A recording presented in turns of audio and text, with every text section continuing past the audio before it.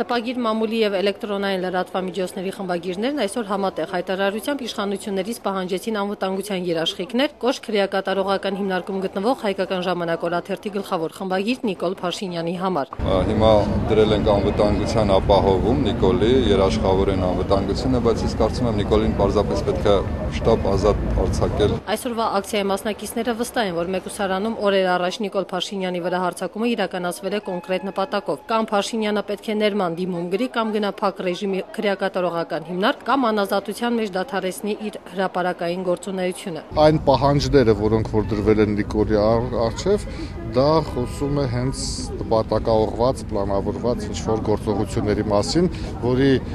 իմաստը հենց